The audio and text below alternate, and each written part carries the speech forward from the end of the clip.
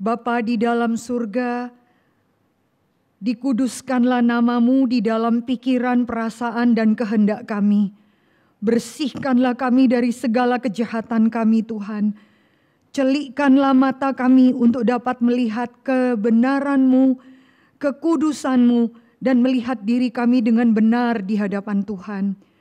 Tuhan, biarlah firman-Mu memberkati setiap kami, menolong kami melihat keagungan Tuhan, dan setiap kami dengan haus, dengan rindu, dengan rendah hati, kiranya Tuhan mau menyatakan diri dan kehendak-Mu kepada setiap kami.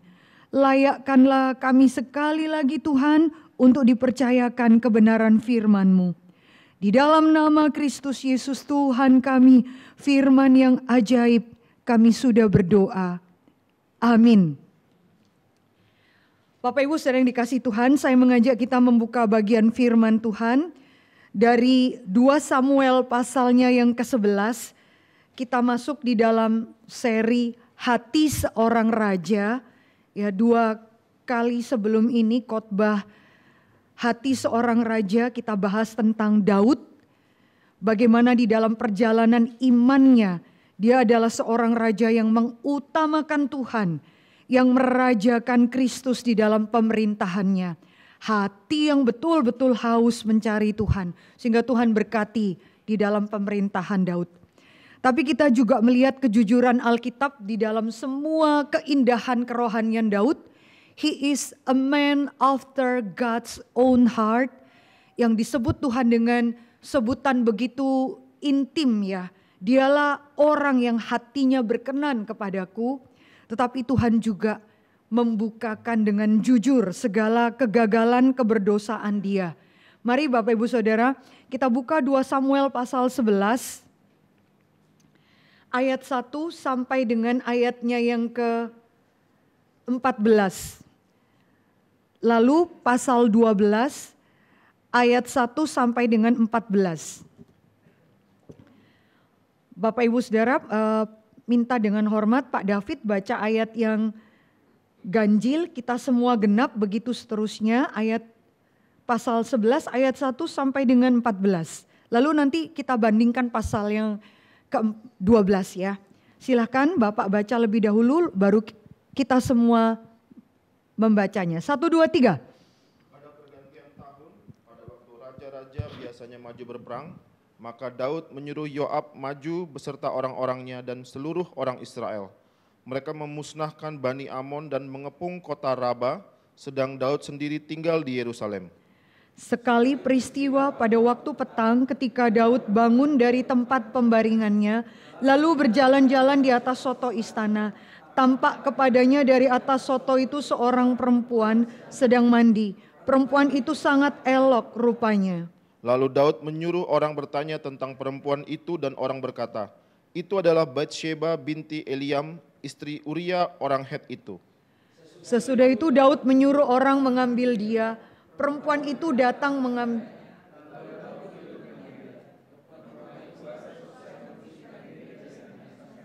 Kemudian pulanglah perempuan itu ke rumahnya. Lalu mengandunglah perempuan itu dan disuruhnya orang memberitahukan kepada Daud demikian, aku mengandung. Lalu Daud menyuruh orang kepada Yoab mengatakan, suruhlah Uria orang Het itu datang kepadaku. Maka Yoab menyuruh Uria menghadap Daud. Ketika Uria masuk menghadap dia, bertanyalah Daud tentang keberadaan Yoab dan tentara dan keadaan perang. Pergilah ke rumahmu dan basuhlah kakimu. Ketika Uria keluar dari istana, maka orang menyusul dia dengan membawa hadiah raja. Tetapi Uria membaringkan diri di depan pintu istana bersama-sama hamba tuannya dan tidak pergi ke rumahnya. Diberitahukan kepada Daud demikian, Uria tidak pergi ke rumahnya. Lalu berkatalah Daud kepada Uria, bukankah engkau baru pulang dari perjalanan? Mengapa engkau tidak pergi ke rumahmu? Tetapi Uria berkata kepada Daud, tabut serta orang Israel dan orang Yehuda diam dalam pondok, juga tuanku Yoab dan hamba-hamba tuanku sendiri berkemah di padang. Masakan aku pulang ke rumahku untuk makan, minum, dan tidur dengan istriku? Demi hidupmu dan demi nyawamu, aku tak akan melakukan hal itu. Kata Daud kepada Uria, tinggallah hari ini di sini. Besok aku akan melepas engkau pergi. Jadi Uria tinggal di Yerusalem pada hari itu. Keesokan harinya, Daud memanggil dia untuk makan dan minum dengan dia, dan Daud membuatnya mabuk. Pada waktu malam keluarlah Uria untuk berbaring tidur di tempat tidurnya bersama-sama hamba-hamba tuannya. Ia tidak pergi ke rumahnya. menulis surat kepada Yoab dan mengirimkan dengan perantaraan Uria. Ditulisnya dalam surat itu demikian, tempatkanlah Uria di barisan depan dalam pertempuran yang paling hebat, kemudian kamu mengundurkan diri daripadanya supaya ia terbunuh mati. Ya, sampai sedemikian pasal 12 ayat 1 sampai dengan 14, sekali lagi silahkan Bapak baca, lalu kita semua ayat 2 begitu seterusnya. Tuhan mengutus Natan kepada Daud. Ia datang kepada Daud dan berkata kepadanya, ada dua orang dalam suatu kota, yang seorang kaya, yang lain miskin. Kambing domba dan lembu sapi. Si miskin tidak mempunyai apa-apa selain dari seekor anak domba betina yang kecil, yang dibeli dan dipeliharanya. Anak domba itu menjadi besar padanya bersama-sama dengan anak-anaknya, makan dari suapnya dan minum dari pialanya dan tidur di pangkuannya, seperti seorang anak perempuan baginya. Pada suatu waktu orang kaya itu mendapat tamu dan ia merasa sayang mengambil seekor dari kambing dombanya atau lembunya untuk memasaknya bagi pengembara yang datang kepadanya. Jadi ia mengambil kepunyaan si miskin itu dan memasaknya bagi orang yang datang kepadanya. Lalu Daud menjadi sangat marah karena orang itu dan ia berkata kepada Natan, demi Tuhan yang hidup, orang yang melakukan itu harus dihukum mati. Dan harus dibayar gantinya 4 kali lipat karena ia telah melakukan hal itu dan oleh karena ia tidak kenal belas kasihan. Kemudian berkatalah Natan kepada Daud, engkaulah orang itu. Beginilah firman Tuhan Allah Israel, akulah yang mengurapi engkau menjadi raja atas Israel dan akulah yang melepaskan engkau dari tangan Saul. Dan istri aku telah memberikan kepadamu kaum Israel dan Yehuda. Dan seandainya itu belum cukup, tentu ku tambah lagi ini dan itu kepadamu. Mengapa engkau menghina Tuhan dengan melakukan apa yang jahat di matanya? Uria orang Het itu kau biarkan ditewaskan dengan pedang, istrinya kau ambil menjadi istrimu, dan dia sendiri telah kau biarkan dibunuh oleh pedang Bani Amon. Oleh sebab itu pedang tidak akan menyingkir dari keturunanmu sampai selamanya, karena engkau telah menghina aku dan mengambil istri Uria orang Het itu untuk menjadi istrimu. Beginilah firman Tuhan, bahwasanya malapetaka akan kutimpakan ke atasmu yang datang dari kaum keluargamu sendiri. Aku akan mengambil istri-istrimu di depan matamu dan memberikannya kepada orang lain. Orang itu akan tidur dengan istri-istrimu di siang hari. Sebab engkau telah melakukannya secara tersembunyi, tetapi aku akan melakukan hal itu di depan seluruh Israel secara terang-terangan. Lalu berkatalah Daud kepada Natan, aku sudah berdosa kepada Tuhan. Dan Natan berkata kepada Daud, Tuhan telah menjauhkan dosamu itu, engkau tidak akan mati. Walaupun demikian, karena engkau dengan perbuatanmu ini telah sangat menista Tuhan, pastilah anak yang lahir bagimu itu akan mati. Bapak Ibu, sampai sedemikian ya, Bapak Ibu, kita melihat satu bagian yang saya katakan tadi pagi itu waktu persiapannya itu saya sendiri menjadi satu kesedihan yang besar ya. Karena saya tahu bahwa godaan besar bagi hamba-hamba Tuhan jikalau berkhotbah mengenai tokoh-tokoh dan menemukan kelemahan-kelemahan mereka itu menjadi suatu topik yang menyenangkan untuk dibahas. Poin-poin yang panjang sekali untuk menunjukkan ini loh dosanya Musa, dosanya Abraham, dosanya Daud dan lain sebagainya. Seolah-olah di dunia ini kita kekurangan, begitu banyak orang buruk yang mesti dibicarakan. Kita lihat di sekeliling kita itu ada begitu banyak orang yang membuli emosi, yang menyingkapkan aib orang lain, yang membalas menjatuhkan orang lain dengan menyingkapkan aibnya di masa lalu ya. Kalau saudara lihat boleh di Twitter, di TikTok, whatever ya. Saling terpacu untuk membuka kesalahan orang lain dan menunjukkan bahwa kamu tidak lebih baik dari saya. Tetapi masuk di dalam bagian ini dengan berat hati kita harus melihat seorang raja yang begitu mengutamakan Kristus. Yang jadi raja bukan saya tapi Kristus. Yang selalu memikirkan tabut itu harus kembali ke Yerusalem. Dan yang memimpin bangsa Israel untuk menghormati Tuhan dengan sungguh-sungguh adalah juga seorang raja yang bisa mengambil keputusan-keputusan yang begitu buruk dan mengambil pilihan-pilihan yang sangat brutal seperti yang tadi kita baca. Satu kesedihan yang luar biasa Bapak Ibu Saudara. Tapi dari sini kita akan melihat bahwa Alkitab itu jujur untuk menunjukkan kejatuhan, kegagalan, keberdosaan kita untuk menjaga seumur hidup kita tanda awas dalam diri kita bahwa nggak ada lagi bagian yang kita bisa sombongkan di hadapan Tuhan. Nggak ada satu orang yang bisa pongah bahwa saya bisa melakukan ini, itu, dan ini. Saya mengutamakan Tuhan ini, itu, dan ini. Maka saya layak di hadapan-Mu Tuhan. Seluruh kisah-kisah orang yang berdosa ini dan salah satunya Daud yang akan kita bahas itu membuat kita menyadari bahwa seluruh perjalanan hidup kita padang gurun di tengah-tengah dunia ini adalah perjalanan orang-orang yang only forgiven ya. Orang-orang yang diampuni Tuhan seumur hidup kita. Satu kali kita bisa militan seperti mau mati untuk Tuhan. Tapi satu kali kita menjadi orang yang begitu egois. Orang yang bisa menghalalkan segala cara. Orang yang mengambil pilihan-pilihan yang sangat jahat.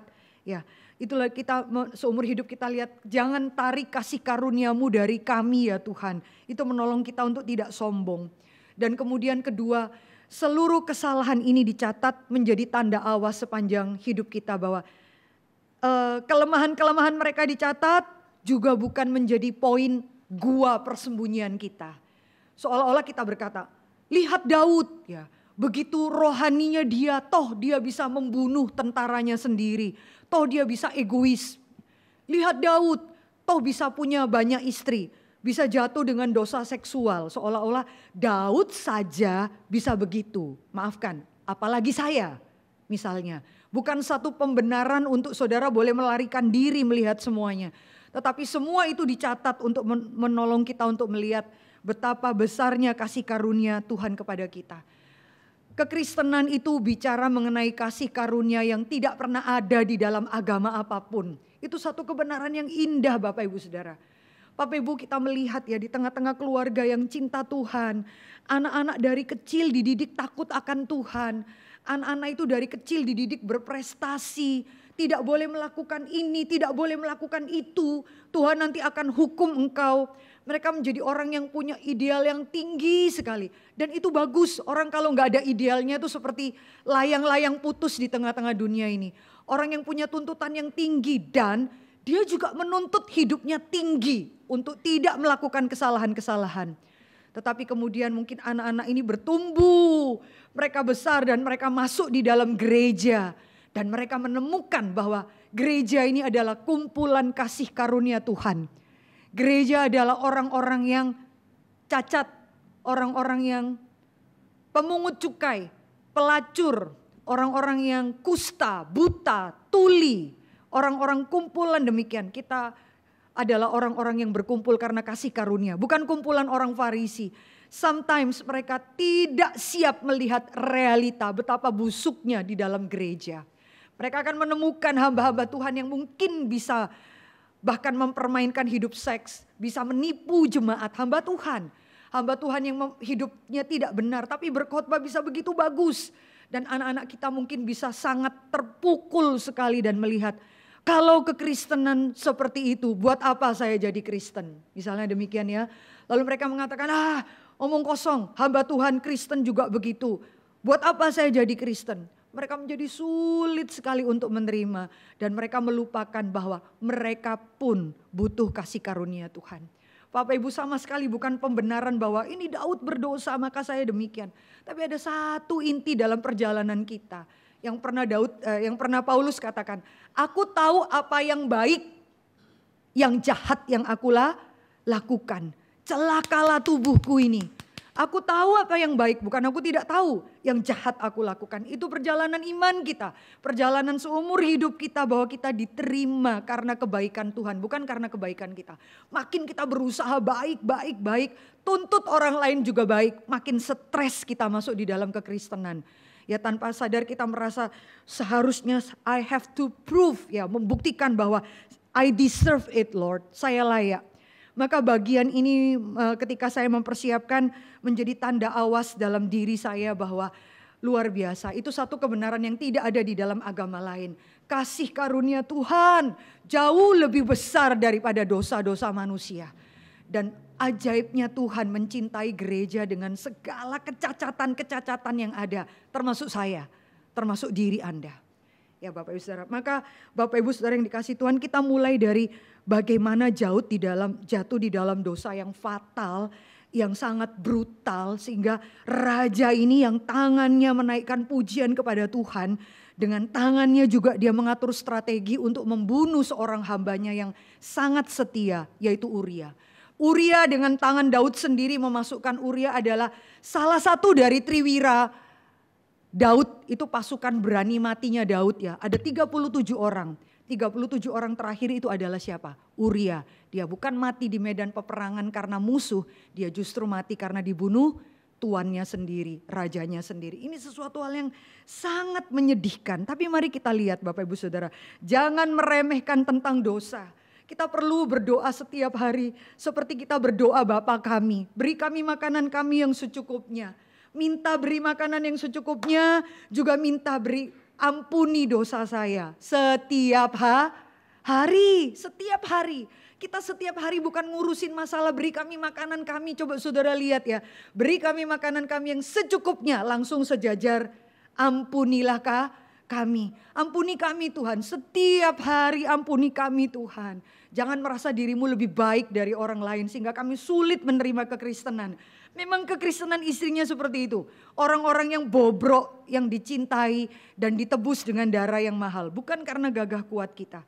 Bapak Ibu, mari kita melihat bagaimana raja besar yang begitu cinta Tuhan ini bisa jatuh. Pertama, dimulai jatuh dari apa? Sebelum akhirnya dia bisa tidur dengan istri orang. Sebelum akhirnya dia bisa tipu-tipu sana sini. Sebelum akhirnya dia sendiri bisa bunuh salah satu dari prajurit panglima perangnya yang begitu setia. Dimulai dari hal yang Alkitab catat demikian Bapak Ibu Saudara. Pada pergantian tahun, sudah lewat tahun demi tahun. Sudah berjalan tahun demi tahun. Pada waktu raja-raja biasanya pergi perang. Sudah berganti tahun. Ini bukan waktu Daud pertama kali jadi raja. Di mana orang-orang Israel 10 suku, saya tidak mau kamu jadi raja. No, Daud bukan kondisi sedang terdesak, terhina. Lalu dianggap disgrace, dianggap tidak. Daud sudah jadi raja sekian tahun lamanya. Yehuda, sukunya Daud dan 10 suku yang lain sudah menerima dia. Tahun demi tahun dan dimulai dengan satu kebenaran.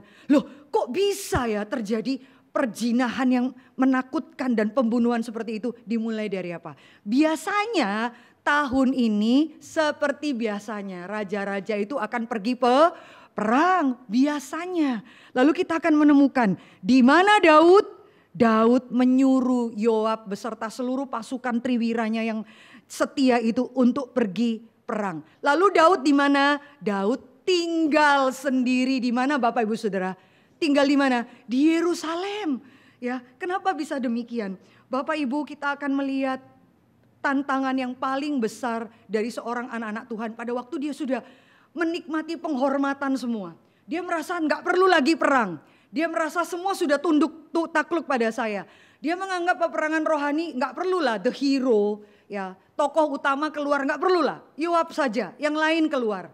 Lalu dia memilih tanda kutip ya, bermalas-malasan. Saudara jangan anggap remeh bermalas-malasan ya. Kalau saudara perhatikan di PA Wanita itu kita lagi bahas 7 deadly sin ya. 7 dosa maut. Kenapa 7 dosa maut itu salah satunya di situ tuh harus ada malas.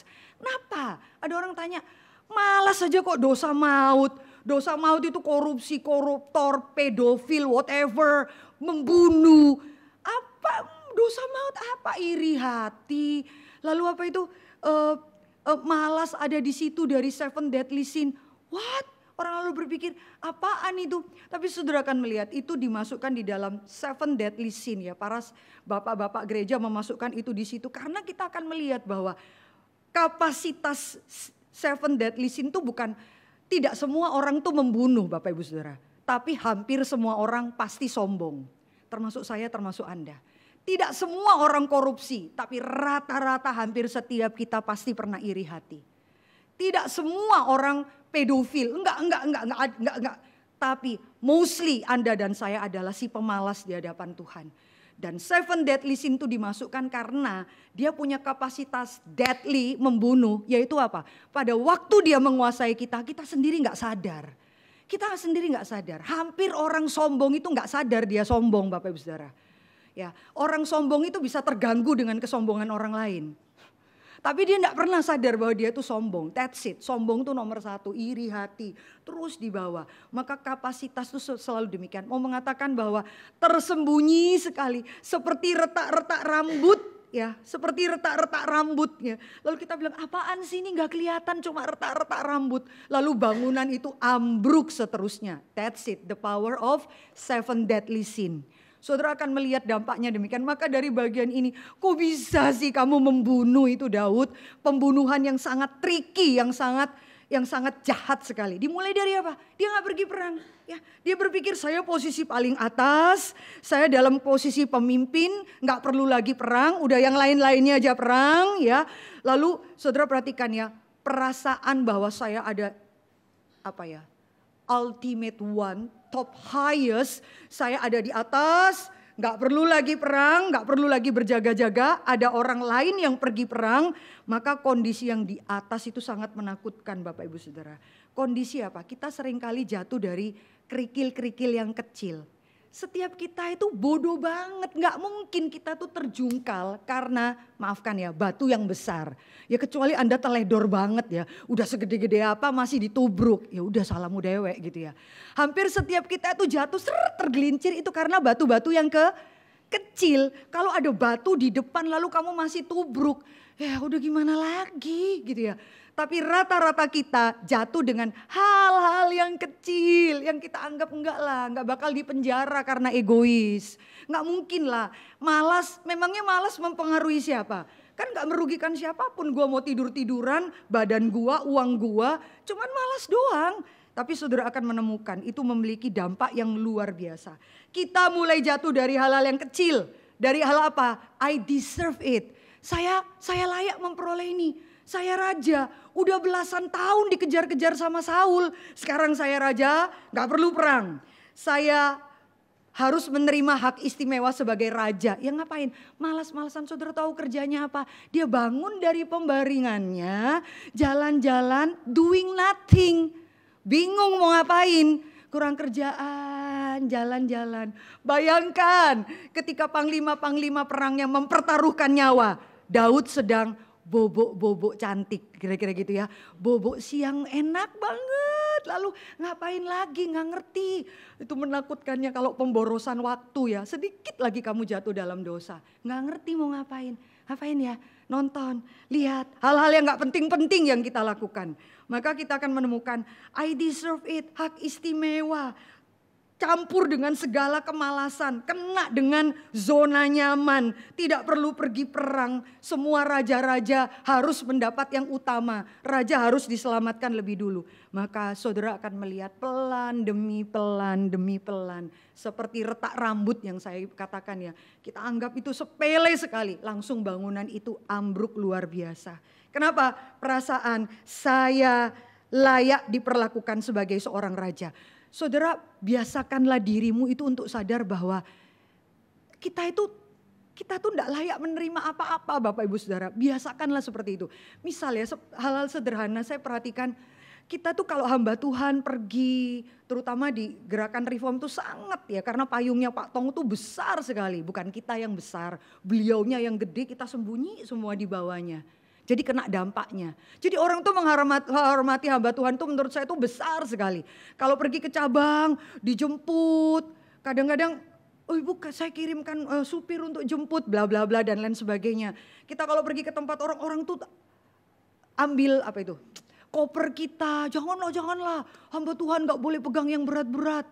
Tapi pikir, berlebihan kali, lu belum tahu gimana gue kerja tiap hari. Kira-kira ya, nggak perlulah semua. Saudara itu hal-hal sepele seperti itu, kita merasa awal terima itu tidak layak. I deserve nothing. Coba itu terus menerus diberikan. Waktu orang gak jemput kamu, sama ini gereja kurang menghargai saya ya. Saya berangkat sendiri naik Grab ya. Kenapa? Kebiasaan ya. Jadi saya ingat kalau Pak Tong pergi waktu masih kuat, pergi ke Hong Kong, kemana aja. Udah gak usah jemput, saya nanti naik taksi gak jemput. Oh jangan Pak Tong, jangan. Beliau katakan apa? Saya datang ke tempatmu setiap minggu. Sekali-kali kamu begini, kalau tiap kali kamu harus jemput saya, lama-lama bosen. Lama-lama jengkel, lama-lama suruh orang lain yang jemput. Jadi melihat diri kita, mengendalikan diri kita untuk tidak mengambil, saya layak untuk mendapat ini semua. Hati-hati Bapak Ibu Saudara, saya layak, saya harus diperlakukan demikian. Tadi pagi itu saya cerita ya, waktu ke Kalimantan, saya memang takjub sekali melihat di Kalimantan itu kalau kita KKR regional, itu adalah tempat tahun ini yang saya lihat setiap kali kita KKR regional itu orang itu kepingin foto sama kita. Heran loh Bapak Ibu Saudara. Laku banget gitu ya. Bukan cuma saya perhatikan apa mereka minta foto sama saya. Enggak loh. Ayo yang ikut. Siapa aja yang mau apa itu bagian liturgis, apa konsumsi semua minta foto. Sampai saya tuh udah senyum, capek sekali. Ada orang bilang, "Ibu kelihatan capek ya." Aduh dalam hati saya, kamu udah tahu hamba Tuhan capek, masih diajak foto gitu ya. Bu maaf ya, ganggu ya. Lu udah tahu ganggu lo, kok masih tetap ngeyel aja kira-kira. Maaf ya Bu, Ibu terganggu ya. Belum jawab, mari kita foto. Gila nih orang, kita foto terus lama-lama saya mikir gini loh Bapak Ibu Saudara. Saya tuh mikir gini, tiba-tiba di tengah-tengah foto itu saya mikir gini. Enak banget ya jadi hamba Tuhan sekarang. Siapa yang satu mobil dengan saya waktu itu? Saya bilang apa? Saya ini khotbah, habis khotbah orang-orang minta foto sama saya. Sedangkan hamba-hamba Tuhan di dalam Alkitab habis dia khotbah, lari-lari dia dikejar. Dilempari batu dia, digebukin, ditangkap mau masuk di penjara. Sampai saya bilang, how do I look ya? Kok gak mirip kayak Alkitab ya? Merasa berdosa gitu loh saudara ya. Merasa bersalah kok gak mirip. Habis selesai khotbah, Bu foto ya. Coba di dalam Alkitab. Paulus habis khotbah, dilempari batu, dikebukin, lari sana sini. Intinya saya mau ngomong apa sih Ibu? Ini ngomongnya panjang lebar. Betapa enaknya yang kita terima ini sekarang. Betapa berlebihnya. Betapa sehingga bisa jadi, oh kamu banyak yang sayang, kenapa? Banyak yang minta foto kamu. Apa hubungannya? Itu dua hal yang gak berjalan bersama-sama. Why? I deserve it. Hati-hati Bapak Ibu Saudara, saya ketua, saya hamba Tuhan, saya harus diperlakukan semua, mendapat ini semua. Lewat hal yang kecil-kecil, kenyamanan, kebiasaan. Akhirnya saudara akan melihat itu menjadi sesuatu tuntutan. Daud kemudian di dalam kondisi apa? Ya udah dia nyaman, ya saya raja. Kuasa itu adalah ujian yang paling besar untuk setiap raja-raja. Yaitu apa? Merasa berhak memiliki dan mentaklukkan. Itu poinnya. Maka saudara akan melihat ya. Daud itu di dalam kebosanannya jalan-jalan lalu keliling-keliling di atas soto rumah. Dia bisa melihat satu perempuan yang sedang mandi. Ya, lalu timbullah keinginan las hawa nafsu dalam dia. Dan dia langsung punya konsep, saya berhak memiliki perempuan itu. Dia kepingin memiliki, dia kepingin mentaklukannya. Alkitab catat apa? He took her, langsung ambil dia. Dia tidak invite, kagak ada romantis-romantisnya mengundang ajak bicara atau bikin satu pesta supaya bisa ketemu. Tidak, dia ambil perempuan itu, dia mau ambil perempuan itu. Kenapa? I deserve it. Bapak Ibu sebetulnya ya zaman Daud hidup itu kan kita lihatnya dengan kondisi kebudayaan sekarang. Lu ambil istri orang, tapi di zaman Daud nggak ada salahnya Daud ngambil itu seperti itu Bapak Ibu Saudara. Karena kebudayaan raja-raja zaman itu, Samuel pernah bilang loh pada bangsa Israel, kamu mau raja ya? Yo kami mau raja supaya kami mirip dengan bangsa-bangsa Kanaan. Kami bosen ikut Tuhan gak kelihatan, beri kami raja. Tuhan bilang sama Samuel, kasih tahu ya kalau kamu punya raja, raja itu akan mengambil tanahmu, akan mengambil kekayaanmu, hasil ladangmu, anakmu diambil jadi pembantunya. suamimu diambil jadi tentara, kambing lembu, dombamu semua diambil. Diambil loh sama raja. Mereka bilang apa? Enggak apa-apa, pokoknya kami butuh raja. Jadi raja zaman itu memang amat sangat boleh Bapak Ibu Saudara. Mengambil segala sesuatu, bahkan anak istri boleh. Bahkan kalau anakmu diambil dia tanpa permisi, bangga. Kenapa? Anak gua selera raja. Kira-kira gitu. Raja pun termehek-mehek sama anak saya. Kira-kira gitu. Atau istri saya. Sehingga ada satu artikel yang baik ya bahasa Inggris. Katakan di dalam bahasa Inggris dia bilang gini. Seandainya saja Daud berani tidak malu minta kepada Uria. Uria, aku baru lihat istrimu mandi bagus sekali. Boleh saya tidur dengan istrimu? Saudara tahu nggak? Uria bakal kasih nggak? Kemungkinan Uria kasih nggak? Sama seperti tadi pagi. Sama, kenapa Pak Donald? Kasih nggak? Tadi pagi juga begitu ya Bu. Kasih nggak? Semua perempuan kasih gitu ya. Niat banget gitu kira-kira. Yang bapak-bapak yang tak bergerak, sorry. Kok bisa diambil istriku gitu. Enak kali, tapi hampir semua ibu-ibu setuju dengan sangat gitu ya. Nggak apa-apa, bapak-bapak yang kagak terima ya. Tapi Bapak Ibu poin saya adalah kalau sampai Daud bilang begitu berani rendah hati, saya tuh lo tertarik sama istri kamu, bekas kamu juga nggak apa-apa. Saya mau, dia mau ngomong begitu, Uria pasti kasih. Kenapa? Uria itu salah satu dari 37 triwiranya Daud. Bapak Ibu tahu pasukan triwiranya Daud itu terkenal sebagai pasukan berani mati. Panglimanya namanya Ishibaal. Dengan satu tangan bisa pukul 800 orang.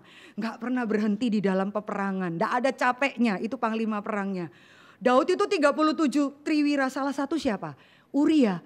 Saudara tahu ya Daud pernah bilang ini, aku letih sekali perang. Aku pingin minum air dari sungai, air dari kota Bethlehem. Saya pernah khotbahkan itu ya, poin yang kedua. Saya pingin sekali minum dari situ. Apa yang dilakukan oleh para triwira? Dengar, raja kepingin minum, bukan minum dari sembarang air. Dari desanya dia di Bethlehem, apa yang dilakukan? Malam itu juga mereka melangkahi kepala-kepala musuh, tubuh-tubuh musuh. Saudara perhatikan pertaruhan nyawa seberang daerah Bethlehem. Melintasi semua tenda-tenda musuh. Demi membawa air untuk bawa ke Daud. Waktu mereka bawa, Daud kami sudah ambil air dari Bethlehem. Daud langsung bilang, ambil air dari Bethlehem, kamu melintasi tenda-tenda musuh. Daud susah hati, itu hati raja luar biasa. Dia langsung bawa air itu, dia bilang, katakan pengorbanan sebesar ini manusia tidak layak terima. Terlalu besar, gak boleh saya minum. Kenapa? Air ini dibayar dengan nyawa. Langsung dia curahkan itu ke persembahan. Yang boleh terima air ini cuma Tuhan. Manusia nggak layak terima air hasil pengorbanan pertaruhan nyawa. Daud seperti itu saudara. Bagi mereka nggak masalah. Lu minta air gua taruh nyawa. Ya kalau sampai Daud bilang, aku kok kayaknya tertarik ya mau tidur sama istrimu ya. Kemungkinan besar Bapak Ibu Saudara, Uria akan berikan. Dan itu suatu penghormatan di zaman itu. Raja loh bisa seleranya sama gua. Kira-kira demikian ya. Berarti gua ini seleranya kelas atas bukan yang kelas bawah. Ya kayak ada satu orang bilang, Bu Mercy aku lihat abangku ya. Ih cewek kayak gitu dia naksir. Kamu itu loh kok gak level harusnya abangku itu. Saya liatin ya kenapa sih. Oh ya itu orang itu ada level-levelnya ya. Asal ibu tahu ya, dia itu nggak prestasi dan lain sebagainya. Orang itu ada hal demikian, Bapak Ibu Saudara. Tapi Daud tidak mau mengambil itu, kenapa? Karena Daud sudah punya konsep, saya kuasa, saya persis seperti raja-raja nggak kenal Tuhan itu loh, boleh ambil semua. Saudara ngerti kan kenapa Salomo itu bisa ambil 1000 istri? Ngerti kan? Salomo itu nggak pernah perang, Bapak Ibu Saudara. Kayak Daud, nggak perlu perang. Semua orang bawa, Salomo perangilah kami, taklukkanlah kami. Nggak perlu minta. Mereka semua bawa upeti termasuk paksa Salomo politikal untuk kawin dengan anak-anak perempuan paling cantik. Nah Bapak Ibu Saudara, maka Daud pikir saya boleh seperti raja-raja dunia. Dia lupa dia raja pilihan Tuhan. Nggak pernah boleh hidup seperti raja-raja pada umumnya. Standar dia harusnya tinggi, selera dia juga tinggi. Tidak boleh memperlakukan perempuan seperti he took her, seperti ambil barang. Dan Alkitab mencatat kelemahan Daud memang luar biasa kepada istri-istrinya ini ya Bapak Ibu Saudara. Dan Alkitab jujur mencatat bahwa siapa yang berani punya lebih dari satu orang istri, hampir seumur hidup penuh dengan banyak air mata. Ada Lamekh, ada Abraham, berantem terus ya istri-istrinya. Ada Yakub, ada Elkana, ada kesedihan dan ada Daud Bapak Ibu Saudara. Ini dicatat supaya kita tidak melakukan seperti itu. Tapi Daud polanya adalah apa? Dia wawancara dulu, siapa perempuan cantik itu? Dan saudara lihat ya, tentaranya Daud bilang apa? Dia itu Batsheba. Ya diberitahu, dia itu Batsheba binti Eliam. Ini cucunya Ahitofel ya. Cucunya Ahitofel. Eliam, dia itu istri Uria orang Het. Nanti Bapak Ibu lihat, itu berkali-kali Daud, Uria itu orang Het, hambamu. Jangan lupa Daud, Uria itu loh pembantumu, hambamu. Jangan lupa sampai nanti Bapak Ibu lihat ya di dalam Matius pasal 1 ayat 6. Itu silsilah Yesus lahir ya. Matius 1 ayat 6. Maka Daud memperanakkan Salomo dengan dengan siapa? Istri Uria. Catat. Seumur hidup catat bahwa raja ini catatannya apa? Takut ketukar saya. Daud memperanakkan Salomo dari Batsheba. Enggak, Tuhan bilang enggak. Jangan tulis Batsheba. Tulisnya apa? Istrinya Uria. Sampai mati semua orang harus tahu dosa raja ini dicatat sampai perjanjian baru. Tuhan enggak main-main. Kamu biasa ambil perempuan seperti kamu ambil barang, itu raja dunia. Kamu gak boleh berlaku seperti itu. Tapi Daud sama seperti bangsa Israel. Ada saatnya tahun berganti tahun, udah kelamaan Bapak Ibu Saudara ya. Awal-awal pemerintahan mungkin Tuhan pimpinlah. Lalu kemudian berjalan sekian tahun. Kemudian melupakan Tuhan. Dan dia persis seperti raja-raja gak kenal Tuhan. Bapak Ibu heran ya, kita itu tahun berganti tahun. Itu justru bukan melihat anugerah Tuhan, kok bisa ya Tuhan pakai saya. Kadang-kadang kita itu maafkan ya, tanda kutip bisa iri loh dengan orang-orang yang tidak kenal Tuhan. Bahkan kepingin hidup seperti orang-orang tidak kenal Tuhan. Kepingin mirip seperti orang gak kenal Tuhan. Tuhan berkali-kali jangan serupa seperti dunia, jangan serupa seperti dunia. Tapi Daud pun mengambil keputusan persis seperti raja-raja tidak kenal Tuhan. Bapak Ibu, saya punya seorang di Surabaya itu ada seorang pemuda, kami kenal dia sejak dari dia tuh remaja. Tahu sekali bagaimana papanya tidak pernah tahu dia lahir anaknya itu laki atau perempuan, papanya gak pernah tahu karena waktu hamil tinggalkan mamanya.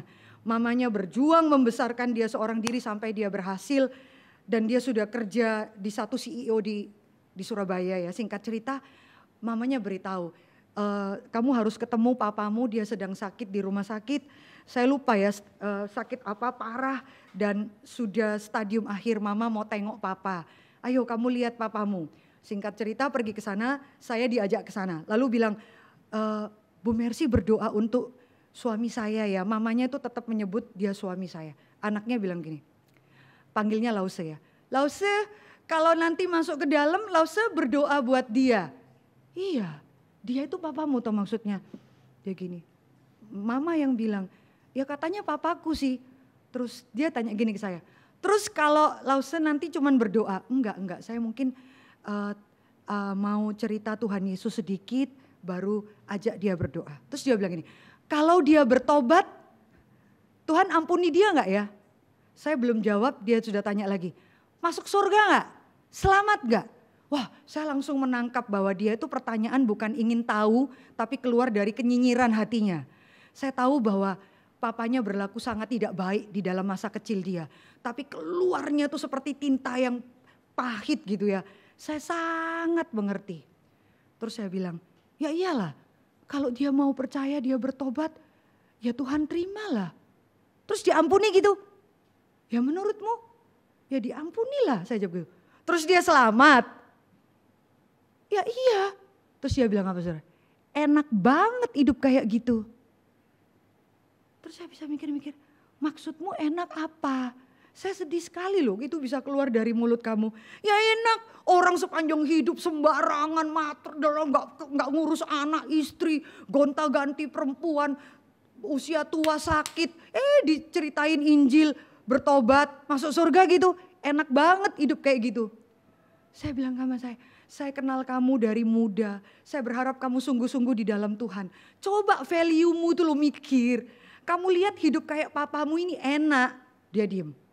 Menurut kamu hidup gini nih enak. Bayangkan saudara, kita tuh bisa cemburu ya.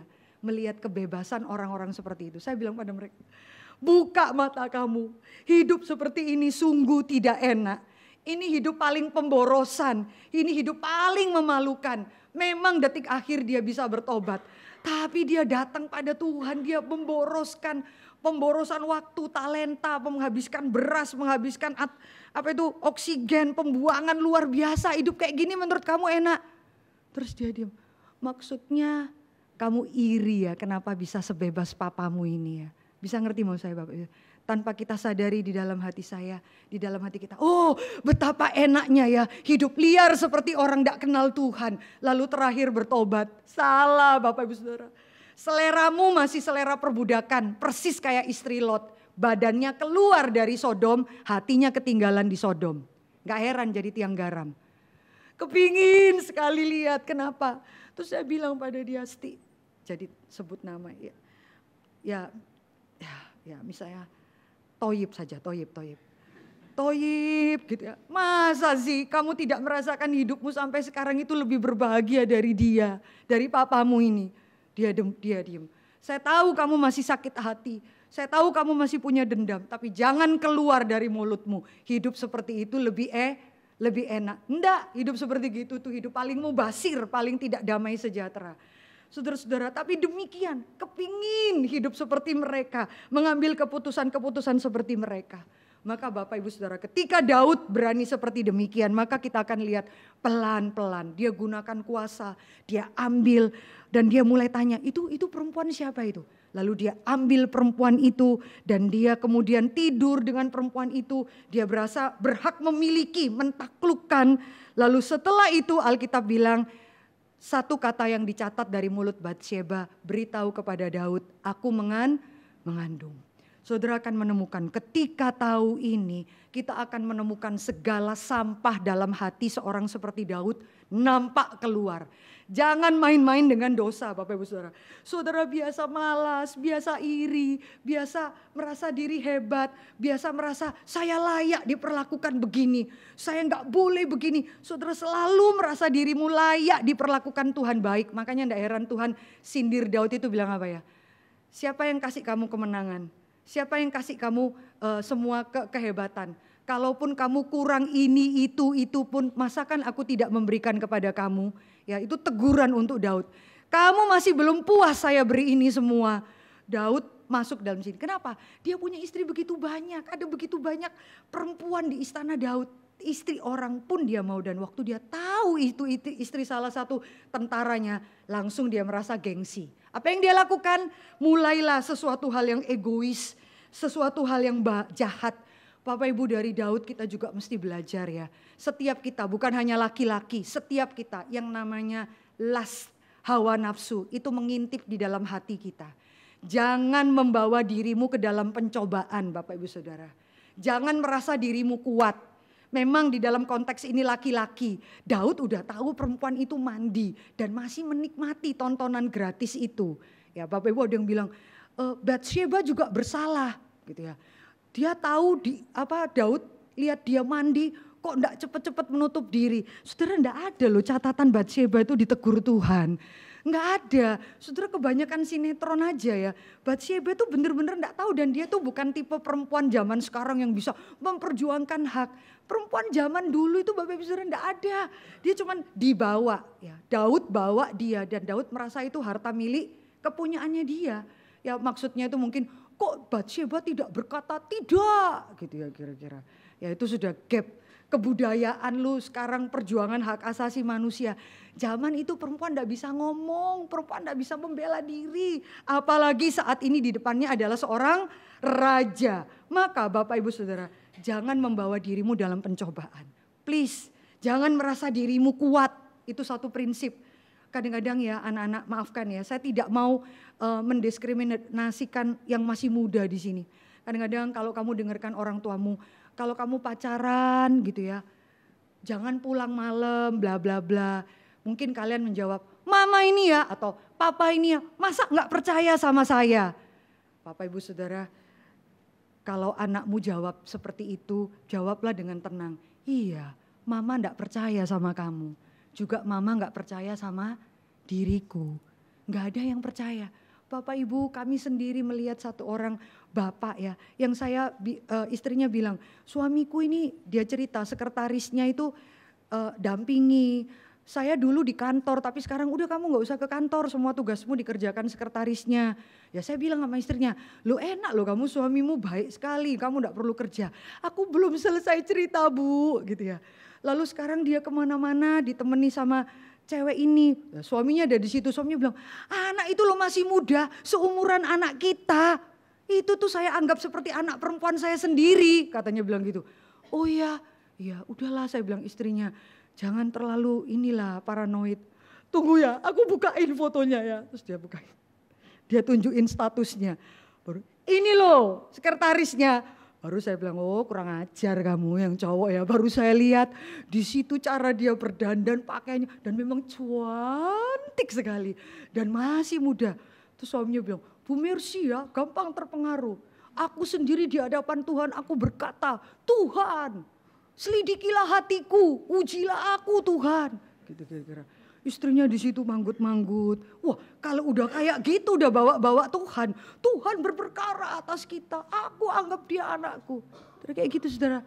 Saudara jangan merasa dirimu itu kuat. Kenapa? Bukan sesuatu yang bisa ditertawakan. Beberapa tahun kemudian ketemu di NRETC. Saya tanya gimana suamimu? Dia bilang enggak ada, saya enggak ketemu dia sudah sekian bulan. Dan kenapa? Ya pergi dengan yang dia bilang seumuran anak saya itu Bu. Ya kira-kira demikian. Saudara karena tiap hari berjalan bersama-sama ketemu dengan dia. Saudara jangan merasa dirimu kuat. Makanya ada satu orang bapak pernah bilang ini. Saya pernah loh Bu Mercy mau dituntut sama pegawai saya yang perempuan. Kenapa? Saya pikirnya bukan melakukan suatu dosa seperti itu. Kenapa? Mereka tuh protes. Kenapa perempuan-perempuan di tempat ini tuh hampir tidak pernah naik jadi orang kepercayaannya dia. Karena dia katakan, saya memutuskan orang kepercayaan saya yang mendampingi saya kemana saja, yang nemenin saya ngatur ke hotel kemanapun, gak boleh perempuan, harus laki-laki. Gak boleh perempuan, harus laki-laki. Kenapa? Karena aku tahu, aku tidak mau mencobai diriku. Jadi dia mengatur diri demikian, saya pikir itu jauh lebih bijaksana ya Bapak Ibu Saudara ya. Enggak, kenapa? Nanti rapat selesai jam 12, jam 1, ya sama orang itu terus gak mau dia. Nggak mau ditemani sama satu perempuan, dia ditemani dengan 2-3 orang laki-laki yang ada di situ. Saudara kenalilah diri kita, ada original sin dalam diri kita. Jangan merasa dirimu kuat, jangan bawa-bawa Tuhan di situ. Ujilah aku, yang nyelewer adalah iblis di situ. Bener-bener bukan diuji tapi dicobai. Jangan merasa dirimu kuat, kita butuh pertolongan Tuhan. Jauhkanlah kami dari segala yang jahat. Jangan dekatkanlah kami dari segala yang jahat. Kita berdoa apa? Jauhkanlah aku dari pencobaan Tuhan. Bukan dekatkanlah aku daripada pencobaan. Gak bisa Bapak Ibu Saudara. Kenalilah, akuilah bahwa kita perlu pertolongan Tuhan. Khususnya especially di dalam dosa seks. Dosa seks yang membuat setiap kita, laki-laki perempuan bisa jatuh. Perempuan didengerin, dimengerti, sharing. Terus sama dia. Sampai ada satu orang bilang, istri saya ini Bu selingkuh. Loh kok ini istrinya yang selingkuh? Istrinya bilang, enggak loh Bu, saya itu sama laki-laki ini menurut dia. Saya itu loh cuman, dia tunjukkan WA-nya ya. Saya tuh kirimnya saat teduh buat dia. Terus saya bilang, kamu itu kapan saat teduh sama suamimu? Saat teduh sama suami orang itu loh, kayak mana pula kau ini? Terus suami orang kamu sharingin saat teduh, sharing sama suamimu. Terus abis kirim saat teduh gitu ya, semua panjang, Jesus loves you, me too. Gitu kan, kurang ajar nih. Oh suaminya istrinya itu, aduh aku bilang kamu ini bersilat lidah ya cewek-cewek. Ini gak bener ini intimasimu dengan dia. Saudara kita akan menemukan hal-hal seperti demikian. Jauhkanlah dari pencobaan, jangan mendekati pencobaan. Kenapa? Karena setiap kita jatuh di dalam dosa yang las ini ya, gairah kita timbul, entah itu laki-laki perempuan ingin dikasihi, dilindungi, dimengerti, disayang, laki-laki juga gitu, dipuji. Aduh beruntung sekali yang dapat suami seperti kamu. Wah mabok dia langsung ya. Langsung saudara akan menemukan Yusuf apa yang dia lakukan. Gak ada yang imun Bapak Ibu Saudara dengan godaan gairah seperti ini. Gak ada yang imun. Apa yang dilakukan Yusuf? Langsung Yusuf balik belakang, lari. Jangan banyak ngomong-ngomong dengan orang yang seperti ini. Saudara kalau menemukan ada intensitas sedikit saja dia mau menawarkan sesuatu yang tidak kudus di hadapan Tuhan. Balik belakang, lari. Nggak usah ngomong panjang lebar dengan dia. Itu yang membuat Yusuf jadi selamat. Lari dia, nggak usah ngomong panjang lebar dengan siapa itu Tante Girang ini si Ipot itu ya. Jangan banyak ngomong-ngomong sama dia. Cepat-cepat lari. Saudara akan menemukan gak ada yang imun dari kita. Lihat orang seperti Daud yang begitu cinta Tuhan. Lihat orang yang gagah perkasa seperti Simson. Jatuh dengan hal apa? Pilihan-pilihan seks yang seperti demikian Bapak Ibu Saudara. Jangan bermain-main. Dan setelah Daud menganggap remeh pencobaan-pencobaan seperti itu. Langsung mulai dengan segala kemunafikan, ketidakmurnian, sampah itu keluar. Langsung dia punya ide, aduh celaka ini mengandung. Dari siapa? Uria, panglima perang gua. Apa yang dipikirkan? Langsung Daud bilang pada Yoab, Yoab suruh Uria datang menghadap saya. Saudara lihat ya segala yang tidak murni Alkitab catat apa? Daud kok bisa ya drama di depannya Uria? Daud tanyanya apa? Bagaimana kabar Yoab? Bener gak? Lah itu loh tadi kamu ketemu Yoab. Tanya aja langsung. Yoab panggil Uria ya. Uria dipanggil, Uria bagaimana kabar Yoab? Loh itu tadi Yoab Tuhan. Gitu. Lah tanya sendiri gitu ya. Bagaimana kabar Yoab? Terus keadaan perang bagaimana? Men's talk. Wah bicara perang. Semua ya, aduh bagus sekali kamu. Sudah pulang-pulang saja ya. Pulang lalu lekas kau basuh. Lalu perjalanan pulang Daud langsung pilih. Jemput dia dengan kasih hadiah. Keren ya kejahatannya ya. Baru keluar langsung dikasih hadiah. Bingung lah si Uria. Langsung bawa hadiah mau pulang ke rumah. Langsung ternyata apa? Uria memutuskan. Enggak lah aku tidur aja dengan para hamba-hamba Tuanku. Kagak pulang-pulang. Lalu tidur di situ. Daud mulai panik. Gimana nih? Langsung Daud sendiri yang ngomong. Sudahlah perjalananmu kan panjang. Pulanglah ke rumah. Saya nggak ngarang ya Alkitab bilang gitu ya. Pulanglah, tengoklah keluargamu. Saudara tahu tidak? Uria itu begitu setia kepada Daud. Uria itu orang Het, bukan orang Israel Bapak Ibu Saudara. Nggak pernah baca kitab Taurat, nggak tahu menahu.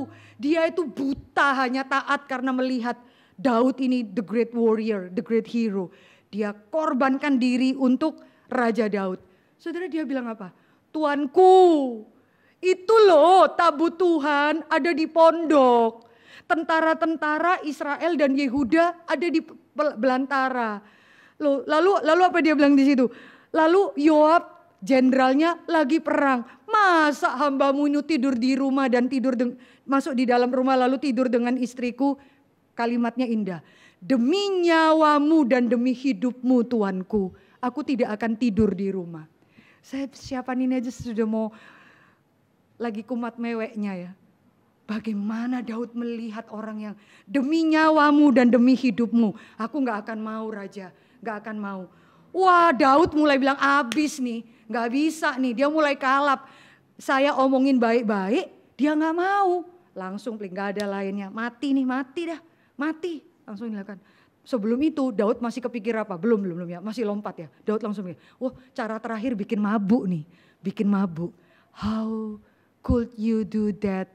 David bikin mabuk. Ayo ya sudah kamu gak mau pulang. Ya sudah kamu tinggal di Yerusalem ya. Saya bikin makan minuman buat kamu ya. Lalu Anda kan tadi baca Daud sengaja membuat Uria supaya mabuk. Daud berharap dengan minum banyak arak, mabuk. Maafkan ya. Kemudian las keinginan seks. Bangkit lalu pulang ke rumah tidur dengan Batsheba. Celaka.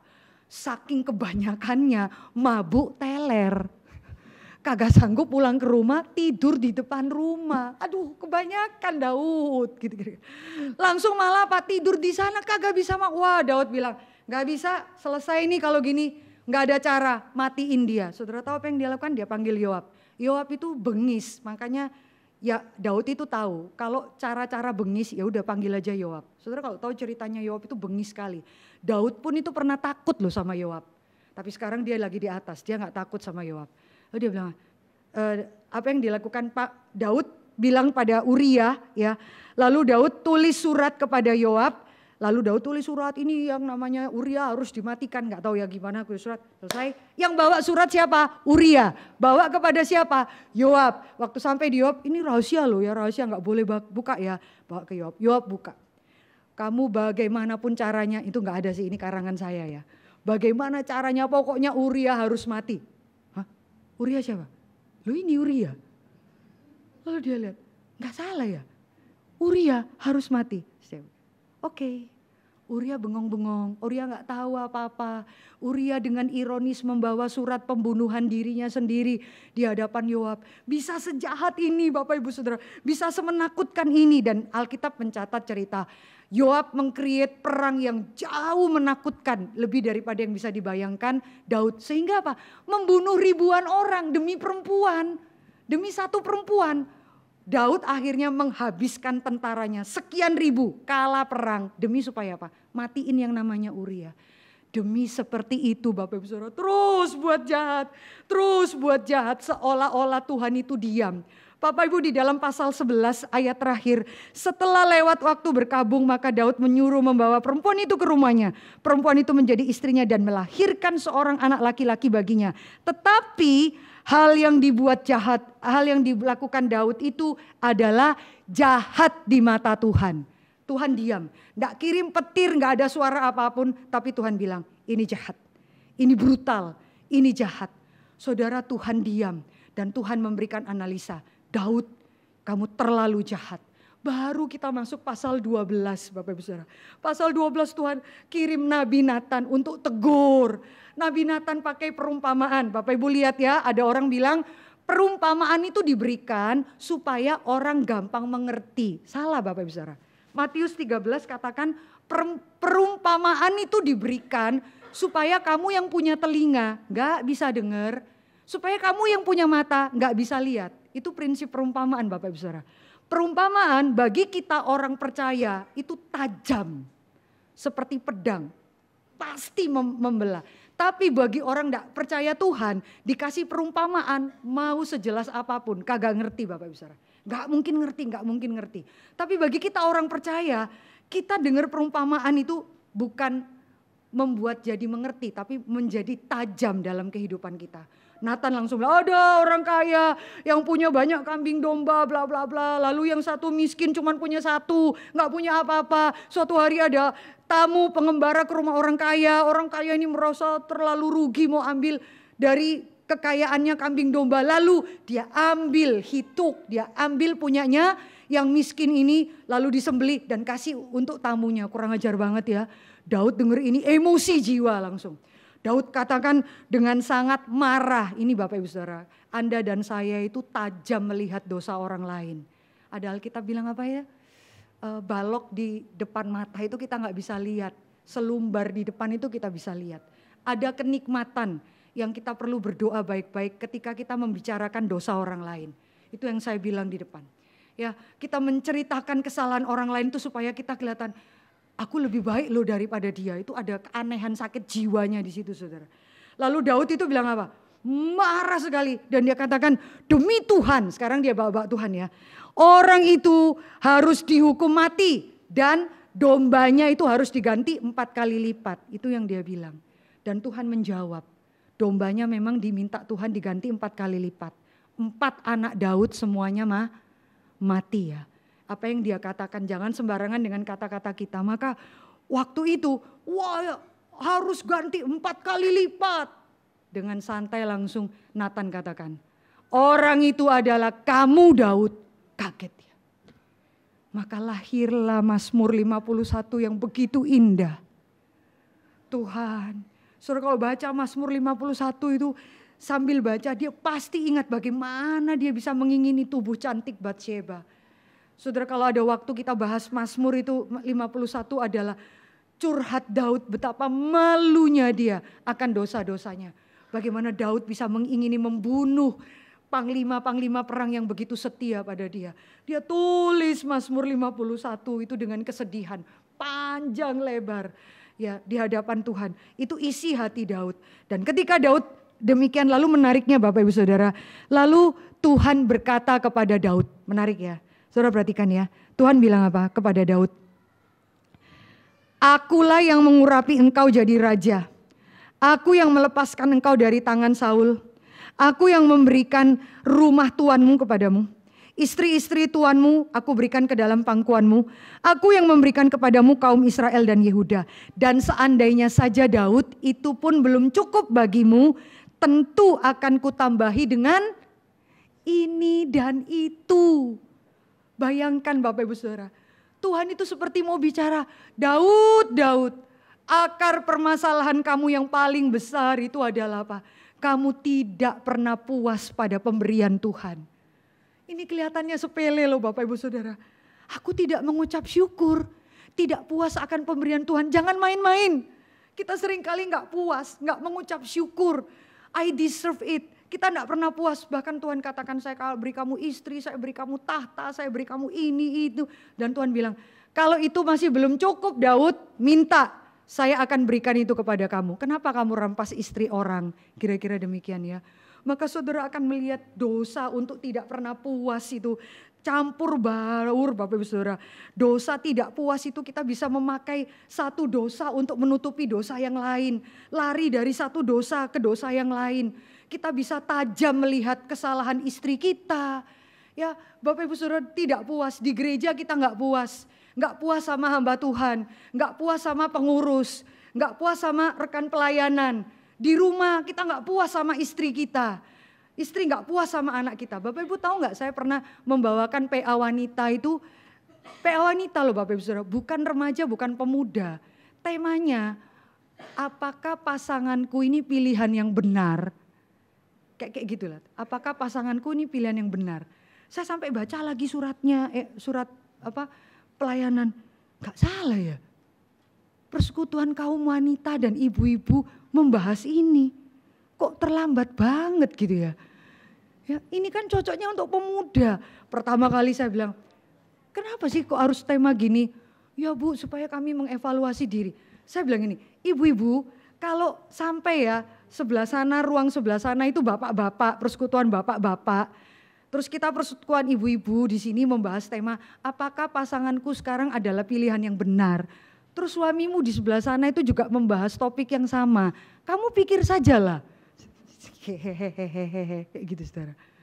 Saya sampai itulah kali-kali pertama Bapak Ibu Saudara, saya tidak cuman 5 menit terus saya bilang silahkan bahas sendiri ayatnya. Bingung saya mau nyari ayat di bagian mana. Sudah menikah 20 tahun, 30 tahun.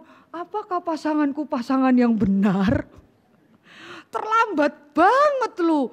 Iya Bu, kadang-kadang kan kita menemukan ketidakcocokan. Masih bisa begitu loh. Oh ya, terus saya bilang, lah Ibu anaknya berapa? 6. Wih, tidak cocok aja 6. Bagaimana kalau cocok gitu kira-kira ya. Tidak cocok aja Ibu bisa produksi 6. Wah bagaimana kalau cocok ya. Senyum-senyum kayak pikir ini kok temanya receh-receh kayak gini ya. Tapi kita akan melihat saudara kayak begitu gak puas ada aja alasan. Dan dosa dari ketidakpuasan itu sesuatu yang krusial Bapak Ibu Saudara. Apapun kita tidak bisa mengucap syukur di hadapan Tuhan. Dan dari bagian ini Bapak Ibu Saudara kita akan menemukan setelah sedemikian parahnya pun dia bisa membunuh Uria. Butuh berapa lama Daud sadar dia berdosa? 9 bulan lebih Bapak Ibu Saudara. Anaknya lahir dulu. Dia merasa gak bersalah apa-apa. Yaitu I deserve it. Gak apa-apa rampas aja bunuh aja gak masalah. Saudara-saudara dia gak merasa. Baru Nathan datang baru dia sadar dia berdosa. Tapi kalimat Daud itu kalimat yang indah. Selesai ditegur oleh firman Tuhan. Milikilah firman Tuhan dalam hidup kita Bapak Ibu Saudara. Itu menegur, membersihkan sampah-sampah dalam hati kita. Daud hanya mengatakan satu kalimat. Aku berdosa. Selesai. Saya berdosa.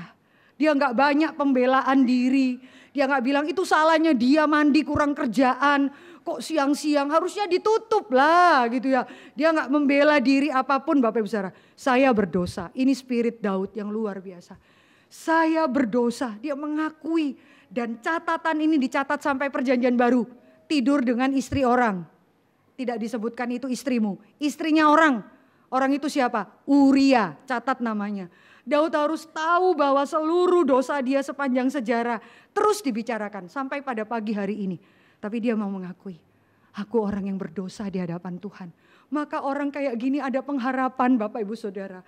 Pasti ada pengharapan, pasti ada pemulihan. Ini yang membedakan Daud dari Saul.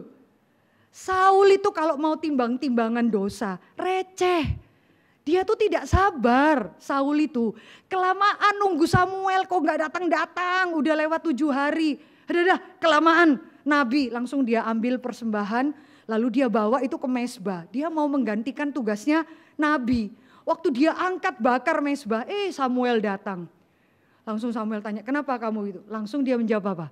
Saudara tahu dia jawabnya, Samuel bukan aku. Kenapa? Rakyat yang mendesak aku. Ya, kedua, kalau mereka tinggalkan aku bagaimana? Ketiga lebih parah Bapak Ibu Saudara. Aku memberikan mezbah, bukan aku loh Samuel.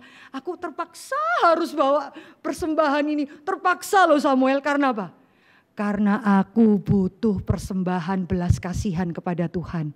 Rohani nih, aslinya rohana. Jadi maksudnya apa? Kamu kelamaan, makanya saya akhirnya gantikan tugas kamu karena saya perlu berdoa minta belas kasihan Tuhan. Pakai segala hal yang rohani untuk menutup segala kedegilan hatinya. Maka tidak heran nanti Bapak Ibu baca di rumah ya 1 Samuel 13. Langsung Samuel itu bilang apa? Kasar ya. Kalau orang Jawa itu bilang apa? Goblok. BODOH. Bodoh kamu itu. Bodoh sekali raja ini, makanya Tuhan itu tolak kamu. Bodoh. Harusnya kamu mengakui. Saul itu kebiasaan gitu Bapak Ibu, sudah ditegur bodoh. Saul harus matikan ya semua binatang-binatang ini, laki perempuan harus dibunuh. Samuel datang, loh kok ada bunyi binatang? Saul bilang, iya aku tidak bunuh semua, beberapa aku simpan. Tapi separuh aku bunuh kok. Maka saudara akan melihat ya, ditegur, Saul masih berkata apa? Samuel, jangan lupa, saya ini raja. Sekalipun saya berdosa, angkatlah mukaku itu tinggi-tinggi.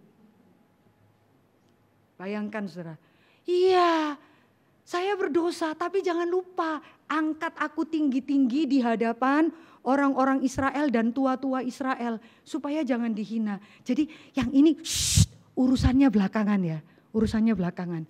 Tapi jaga mukaku baik-baik. Orang yang terus jaga muka seperti ini, mukanya dibuang sama Tuhan.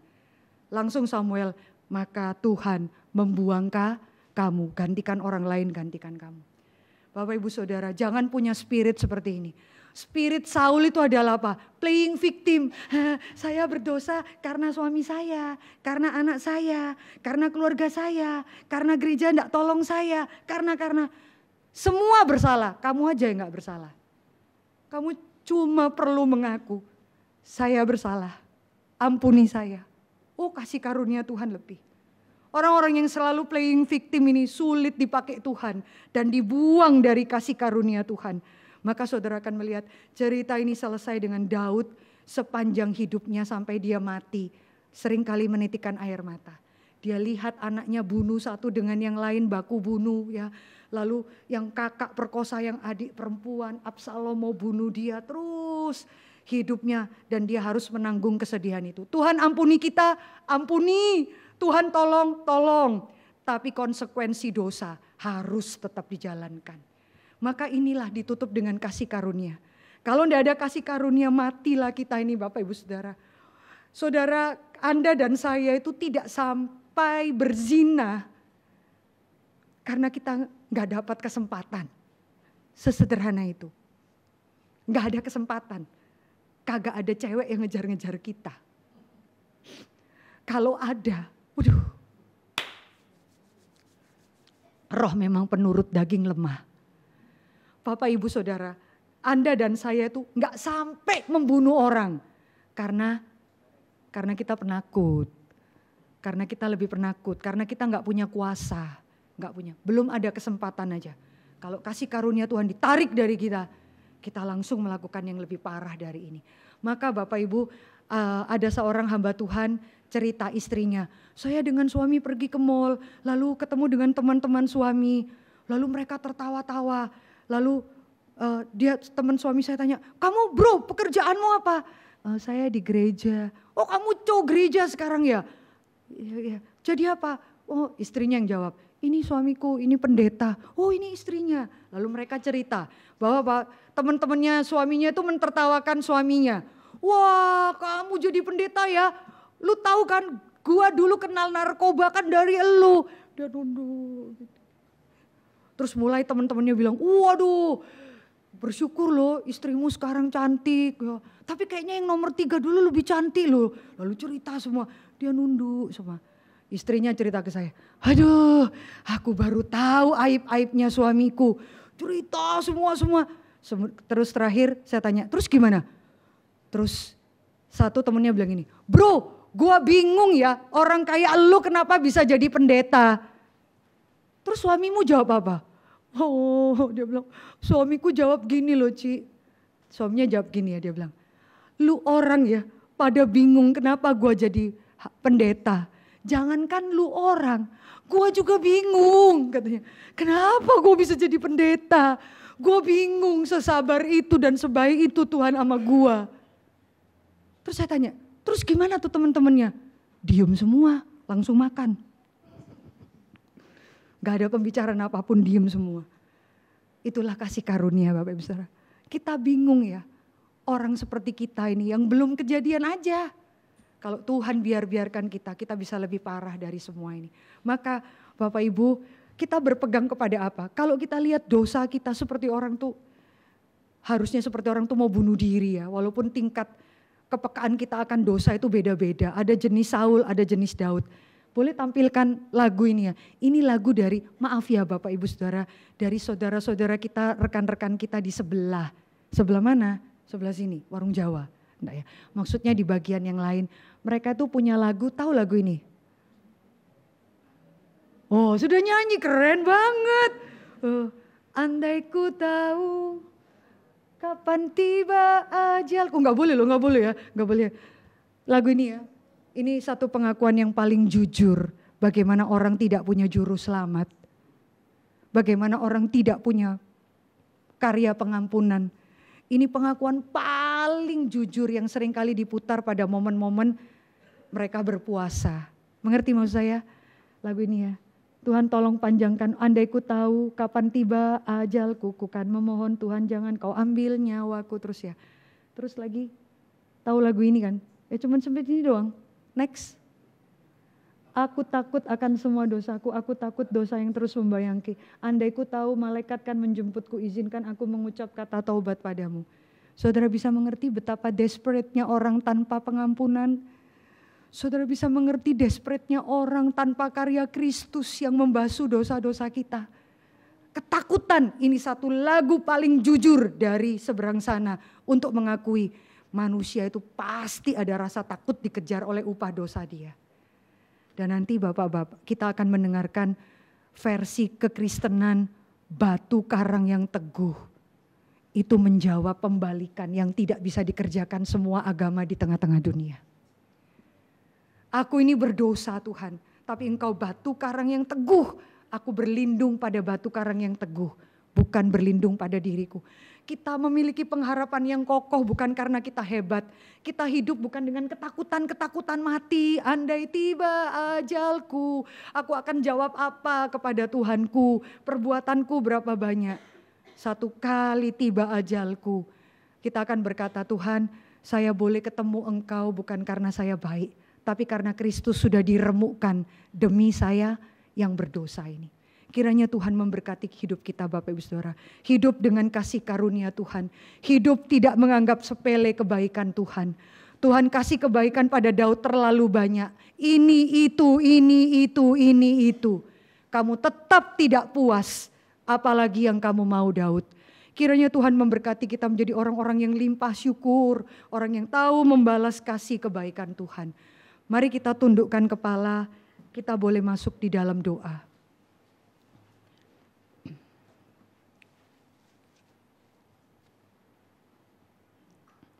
Bapa dalam surga, kami datang di hadapan-Mu. Tuhan, berikanlah ingatan seumur hidup kami, bahwa kami adalah orang-orang yang diterima karena kebaikan Tuhan, karena kasih setia Tuhan lebih besar daripada dosa-dosa kami. Dan tidak ada satu hal apapun di tengah dunia ini Tuhan, yang bisa memisahkan kami dari kasih Bapa di surga. Tuhan, tolonglah kami menjadi anak-anak yang tahu berterima kasih. Tuhan, tolonglah kami menjadi orang-orang yang tidak menghina kebaikan Tuhan. Tuhan, tolonglah kami menjadi orang-orang yang tidak menganggap remeh kebaikan dan kekudusan Tuhan. Berkati keluarga kami Tuhan, berkati gereja kami di dalam sisa waktu kami yang singkat dan pendek ini. Izinkan kami membalas kasih setia-Mu Tuhan, tidak memboros-boroskan waktu yang Tuhan beri.